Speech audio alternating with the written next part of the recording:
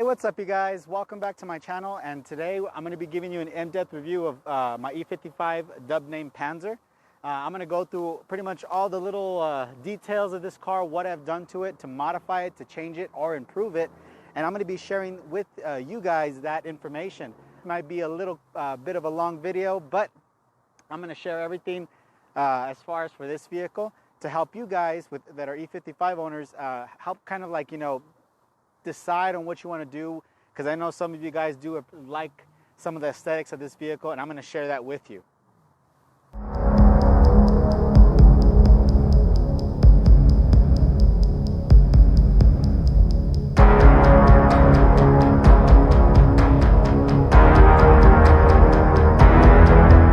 Now we're going to go ahead and start with the exterior of this vehicle. Now the paint that I went with is AMG Solar Beam Yellow, for those that don't know, and that is a factory specific color. I saw this color back when the SLS 63 Black Series came out, and it was astonishing. Now this ain't no Black Series and this ain't the SLS, but the paint job itself, the three-stage paint job is phenomenal. At the highest peak of the sun, when the sun is at its highest peak around noon, the color is vibrant, very light, a deep metallic hue with a pearlescent exterior. And as the sun starts to drop and set, the color shifts into like a mustard, dark, opaque matte color, which still looks pretty good. Now I had Johnny here in El Paso, Texas from Auto Body Creations, owner of Auto Body Creations, paint this vehicle for me. They also painted my calipers, which you see there, also in Solar Beam Yellow, and my wheels. They painted them about 2 years ago and they still look phenomenal.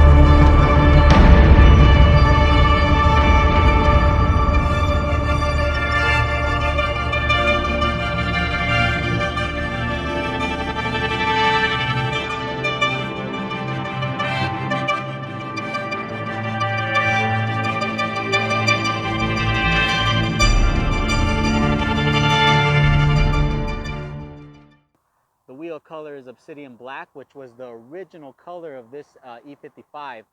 As you can tell, the roof of the vehicle is still the same. It's still obsidian black to match with the wheels. Now, along with the new paint coloration added to this E55, I had to upgrade the front. If you notice on the front, this is not the stock AMG bumper. This is a Euro spec. With the E63 bumper conversion, I was able to pretty much improve the look of the vehicle at the very beginning, with the E63 grille up top, and of course with the carbon fiber LED fog lights in replace of those circular glass fog lamps. It gives the vehicle some pretty proper aesthetics as far as an aggressive appearance, along with a carbon fiber spoiler for the front to complement the E63, which is also from Souvenir. Those three combinations in the front is superb. The manufacturer and the company itself has phenomenal customer service and dedication to offering quality parts for European vehicles, not just Mercedes, BMW, and others, just to name a few. Go down the line here, we're going to notice more carbon fiber, and these are also Souvenir E55 to E63 side skirt extensions, which pretty much just buffs the appearance of this AMG, or this aged AMG, so to speak.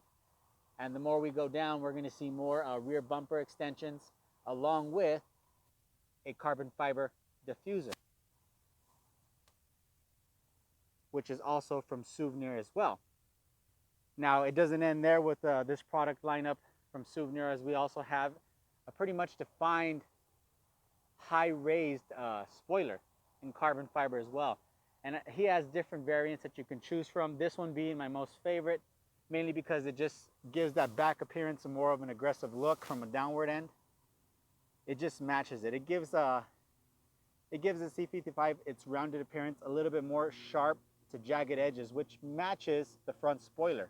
Now, one thing I do get asked a lot about these headlamps, where did I get them? Now, I didn't really buy them. These are the factory active curve HID headlamps that come with this vehicle. The only difference is I rebuilt them to their age. Some of the internal components have failed, and obviously new brackets and new lenses. In addition, I painted the inner housing. Now, just to finish off the exterior of this vehicle, I do have these updated side mirrors, face coverings. Now, these you can acquire from any online store. Typically, you'll see these on eBay, and that's where most of these manufacturers post their products because it doesn't cost much to them to do so. So this gives you another option just to pretty much bump the appearance. Another question I get is pretty much my tire and wheel combination. Now, I don't know what it is with some people, but some people don't like to disclose that information, being that they might be copied. To me, I don't really mind if you copy anything on this vehicle. It's kind of flattering because it's something, we kind of share something that we like.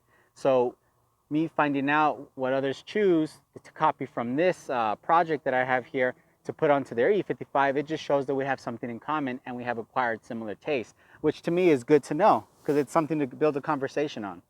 Now, with the mainstead of these, I went with the Rohana RF2 wheels, and they are in 19s. The reason why I chose these is pretty much the lightweight build form for these wheels. For the rear wheels, they're around 22 pounds for the rear, and for the front, they're about a little shy of 19 around their pounds for the front. And that's pretty light for a 19-inch wheel. Obviously, I have the fronts in 19 by 8.5, and of course, 19 by 9.5. I went with a factory setup because I didn't want to ruin the handling or anything, to pretty much add a wider spec wheel, if anything. I didn't want to change that too much. Now, obviously, these ones come with 17 or 18-inch wheels. The 19s just kind of change it just a tad, but it's uniformed and it looks really good for this type of size of vehicle. Now, obviously, for the front, they're 25 offset, and the rears are 35 offset. Now, these are wrapped in 245 35 19s for the front and 275 35 19s in the rear. This is pretty much what I have, and it works really well. Now, I went with the Accelera Phi 2 tires. I've been through Nitto and TO5s. I've been through a variety of Michelins from the Super Sports, and I did try cups, but the thing with the cups, they just don't last as long. And this car typically doesn't really see as much action as it used to at the very beginning when I purchased it. It's more of every now and then I'll show some power. So I needed some tires that are pretty good for what they are, for good standard driving, and occasional, every now and then smash the throttle a bit. These handle pretty well, and I don't have to worry about, they last a good long time as far as thread wear. And they're pretty cheap to replace, so this is a good tire to use for just something that sits, something that you just drive very casually and you don't really race into it. Now, obviously, if I wanted to do something more serious, I would put a more stickier, more serious tire on it, but for now, this is pretty much what I have for like my show aspect. Doesn't really hurt the pocket, so I can put the money elsewhere onto this vehicle. Now we're going to go ahead and take a look inside the vehicle.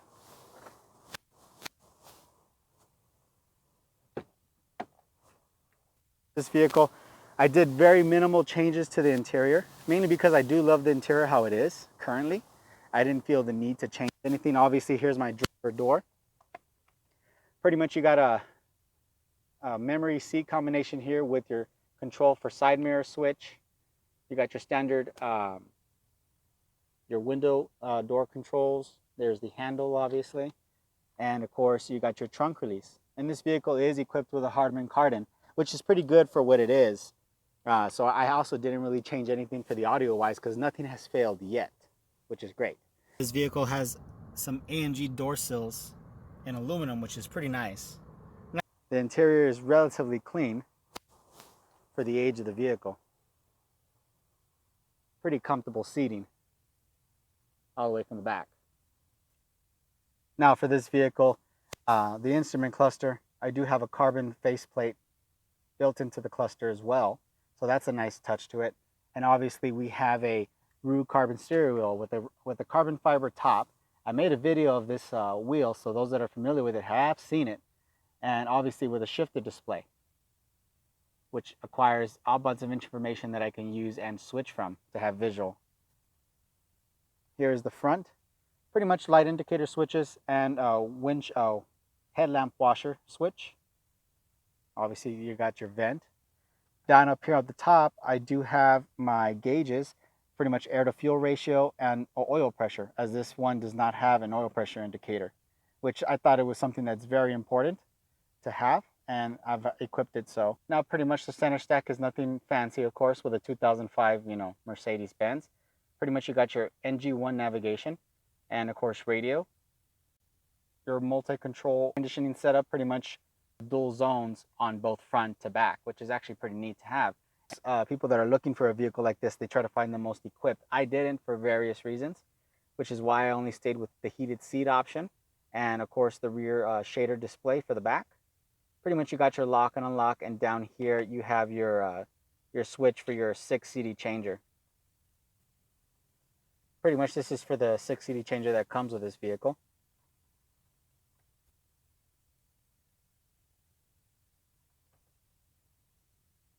You can tell it doesn't really get used much. Kind of got stuck there for a little bit. Yeah, it's something that doesn't really get used much on this vehicle.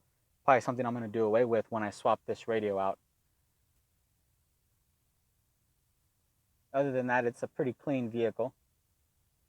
Now this vehicle does have bolsters, or active bolsters. Pretty much I can tighten and change the lumbar, the side bolsters to tighten you up to handle turns. So, but it's a nice feature to have. Same for the lower bolsters and the bottom here. Now with the center control stack down here on the lower level, obviously you got your shifter with different modes. You got your manual, cruise, and sport. Down over here you have your partial of your controls for the air suspension. Obviously for stiffening for a tighter feel. You have 0 when no light indicators for comfort. You got 1 for Sport 1 and 2 for Sport 2, which is a noticeable difference as far as comfort goes and stiffening the suspension, which is actually a pretty neat option. Obviously you got your lower and raise height, and pretty much you got your controls. And back over here is partial of my programmable lowering module, which here I can control individuals and have full control of the air suspension and lowering of the vehicle, which I have it tucked away nice and neat over there, along with a little Bluetooth addition that makes so I can sync my phone in with the NG1. And the only reason I'm able to do that, so we go in the glove box, down up there I have an auxiliary port. Not sure if you can see it, but it's a little indentation right there at the top. As well with first aid and OBD scanner, which is something you need. Pretty much this center control stack is bird's wood as well. Nicely clean. Same for this leather up top. Now one thing I do want to pretty much state, and I'm happy to state, is the health and condition of this transmission, not only through maintenance, but as far as part upkeep and changes. With this transmission for Panzer, I completely did a good overhaul on it as far as a new trans pump with the updated bearings, needle bearings for the pump itself, new seals all the way through, clutch packs, conductor plate, some changes in the valve body, and a very, very extensive fluid change. Not an entire flush, but just partial pan changes, and a total of about 8 for these past 3 years. Vehicle, pretty much from the factory, comes with a suede headliner, and pretty much all the pillars are in suede or Alcantara, so you will. And I kept this pretty clean throughout its years of ownership. Even the visors are in Alcantara as well. Very good quality for the year. Obviously back seats don't see too much action. Does seat 5.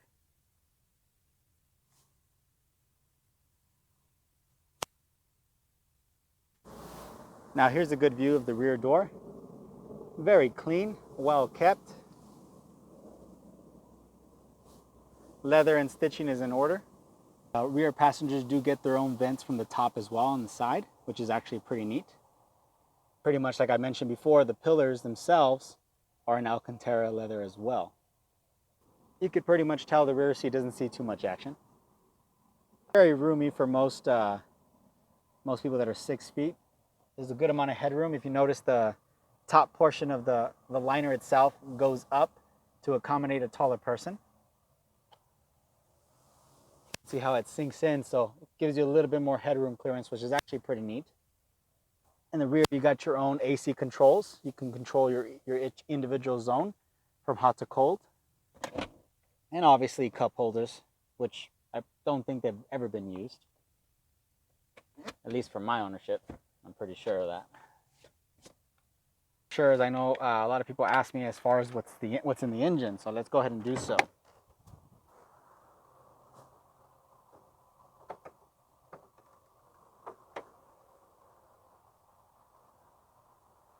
Now, this is the M113K engine. My main course of this project was reliability, longevity, and a good power boost for this platform. And mainly supporting mods, because in El Paso it does get kind of hot, and these kind of engines do generate a good amount of heat. So I wanted something that was going to last me. A lot of my friends and people that I know of that have modified these more extensively than I have either blown, damaged, destroyed, or just worn down their engines to a point where they notice that it's going to give out soon. I didn't really want to have to deal with that, so I went with something more to keep the pretty much pure health of the engine at 100, and some good supporting mods and some power mods to boost up and generalize the appearance of my package. This is pretty much what I came up with. Now for the motor itself, it has been stripped out. Everything but the crank and pistons, which are still the same, everything around it has been replaced. Obviously, new timing cover with supporting seals, crankcase seal has been replaced. The rear main seal has been done. As far as for the main components, new timing chains and guides, oil pump chain, brand new oil pump and guide, and spring tensioners on both ends. As far as the heads have been reworked, cleaned out, new valve stem seals, pretty much 100% done on top of that motor. And then of course every supporting gasket and an item that you could think of has been redone. Now that's just the engine. That's conditioning back to 100% for the most part. As far as the piston walls and everything like that, everything was in top shape as we thoroughly inspect each individual cylinder. In adjacent to all of that, everything as far as accessory wise has been replaced, are pretty much is brand new, from the alternator, water pump, to all the pulleys. Now each one of these pulleys individually are custom UPD pulleys. I got rid of all the plastic and old metal ones and replaced everything, including with a UPD belt rack kit, which is this additional pulley that's down right here. Forgive me, it is kind of hot, so I'm not going to put my hand down into there. Pretty much this wraps my supercharger belt a little bit more around than just pretty much halfway, which this pulley would not be here. Obviously we have our UPD pulleys all the way around from the bottom as well, in adjacent with the new water pump, alternator, power steering pump, all that's brand new. And then obviously we have our 77mm UPD pulley, and of course the scatter shield, just for added benefit for the most part. Now as far as for the header combo, for the headers themselves, I have Eurocharge mid-length headers, which are powder coated, or ceramic coated, I'm sorry.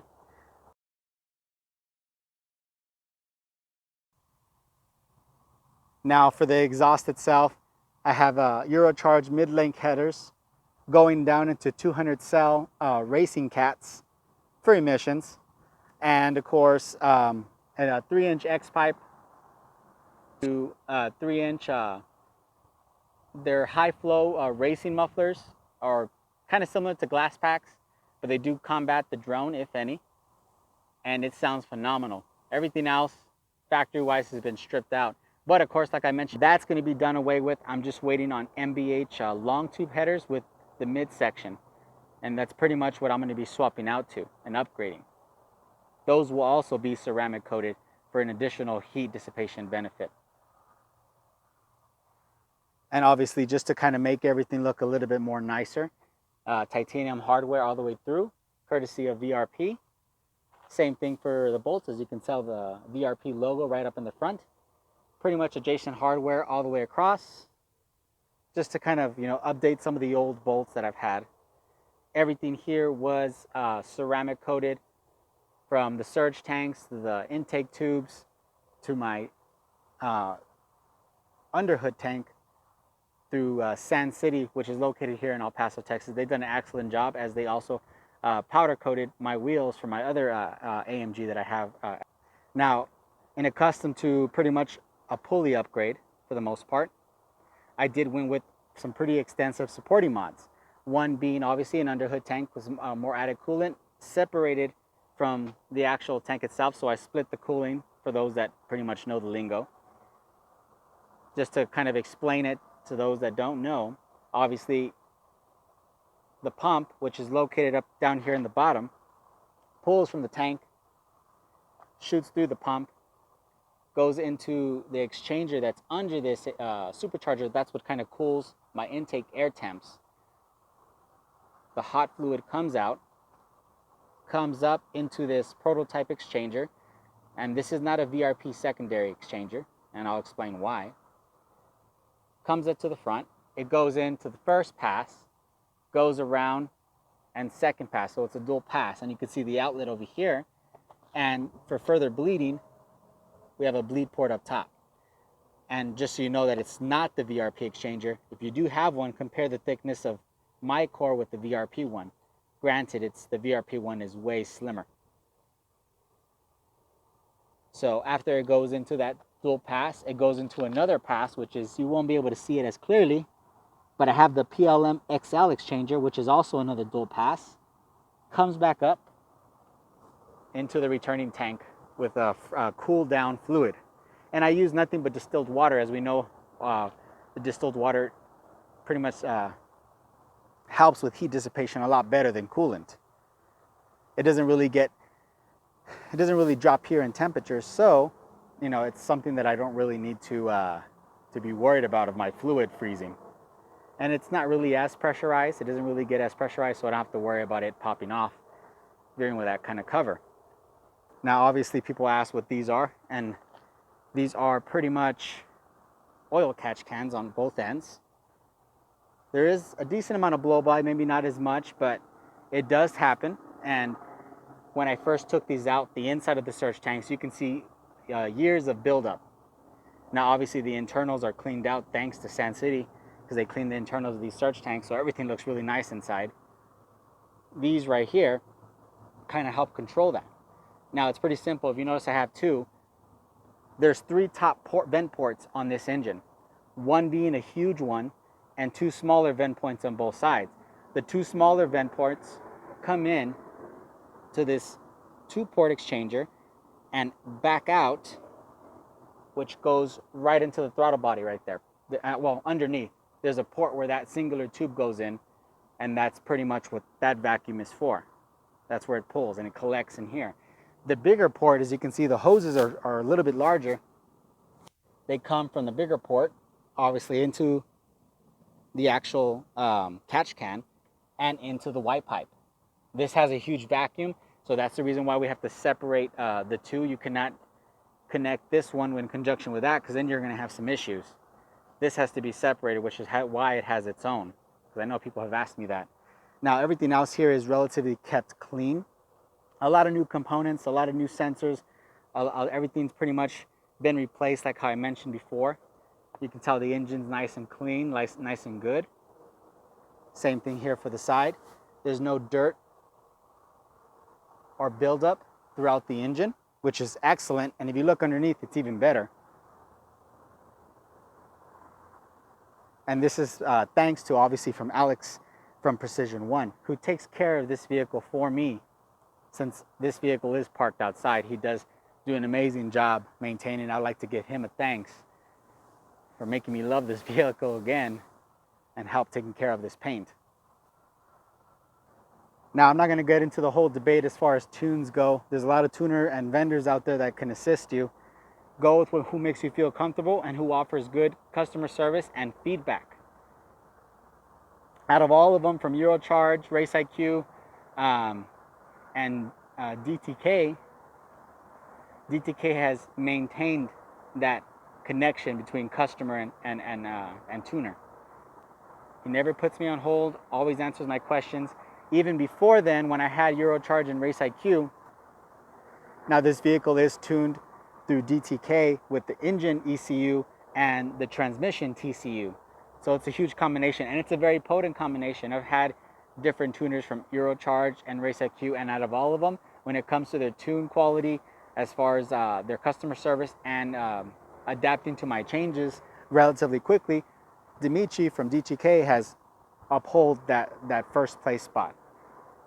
And for the tune itself, it is phenomenal as far as fuel consumption, power output, as far as reliability, and keeping consistency with everything else in my from what I have added to it. Because granted, none of this is DTK components. It's mainly the tune for both engine and transmission. So he's pretty much worked well with all these additional parts from other vendors. Now, for the suspension portion, I can't really show you in detail, but the entire front subframe has been refreshed with new components and new bushings, new control arms, even from sway bar bushing links, sway bar bushing and links, to even the steering rack bushings for the most part. So everything has been redone on this vehicle from the front end. The next part of the projects will be obviously the new exhaust system that I'll be putting on, and the rear subframe assembly, which I'm going to be doing some more stiffer bushings for the differential and rear subframe mounts. Best setup for you for someone who wants reliability as a main concern. Remember this, and I know a lot of you out there want this. This is the best as far as what I've learned from this platform. This is the best combo which you can do, where you're not over pushing the motor and giving yourself the best power output with reliability in the equation. With the proper supporting mods, everything done right, and everything taken care of as far as, you know, standard maintenance and repair, this vehicle is a blast to drive. Very, very, very fun. And it looks good for what it is. Now, you won't have this AMG yellow paint job, but you can make it similar to, you can make it match this appearance in your own factory color, or wrap it so you will, whatever is your fancy for the most part. And I know some of you, well, I know most of you have asked me, why'd you remove the padding? Isn't that bad? No, it's not. Mainly because I have this insulation tape. It's pretty thick, and it is really good at keeping the heat in the engine bay and it passing through. Mainly that insulation padding was already worn on my vehicle, and I didn't want to have to buy a new one because I never really liked it for the most part, because it trapped a lot of dust. And every time you close the top, even with proper cleaning, it still would cake the dust up top. So I removed that completely. I could hear my engine way more as I also removed the bottom vent, this little covering that it had under there. I removed it so it actually helps expel some of the heat from the back end of the motor, and I can always see it rising over from the inside when I'm driving, which that's also something that reason why I did that. Not only I could hear my supercharger as well when I'm driving down. Mainly they had that padding mainly for noise cancellation, so you will, not really so much as far as keeping the heat from passing through and damaging your paint.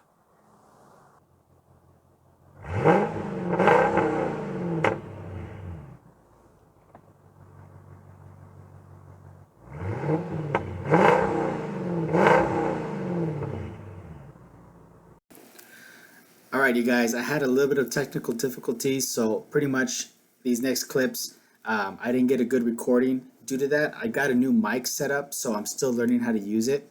I kind of goofed a little bit, but anyway, I already reached 1,000 subscribers, and it's all thanks to you guys. I greatly appreciate you guys watching my videos and at least hopefully enjoying my content. It's nothing special, it's nothing extravagant, but I am sharing my little projects here. So anyone who owns an older mid-2000s AMG or want to modify one, or an E55 to be exact, you know, they have some visuals here to kind of get some ideas, maybe throw their little own concept and make something great out of it. Make it your own, pretty much. But I do appreciate everybody. Hopefully I can hit up to maybe even higher and grow even more. That would be awesome. And just so you guys know, this shirt that I have on right now that says Panzer, that's for you guys. You guys like the shirt? Panzer with the wrenches. Looks pretty neat, right? In the back, I got research, wrench, and persevere. That's for you guys. Basically what that means is it's pretty much anybody that's pretty much getting into the car scene, or, you know, starting a car project. Research, wrench, and persevere. And that's for anyone that's pretty much new to the game. I'm still learning as I go, and I'm pretty sure others, they probably think that I'm very knowledgeable. I learn from others and I do a lot of research. You could do the same thing when you want to complete a task. Do your research, get the proper tools, and wrench your way, and at the end you're going to persevere. And that's pretty much for anybody. And I'm not trying to sound corny, I'm just being realistic. But pretty much that's what this shirt represents, and it's mainly for you guys, to remind you guys those 3 key words: research, wrench, and persevere. But this is Panzer. You guys take it easy.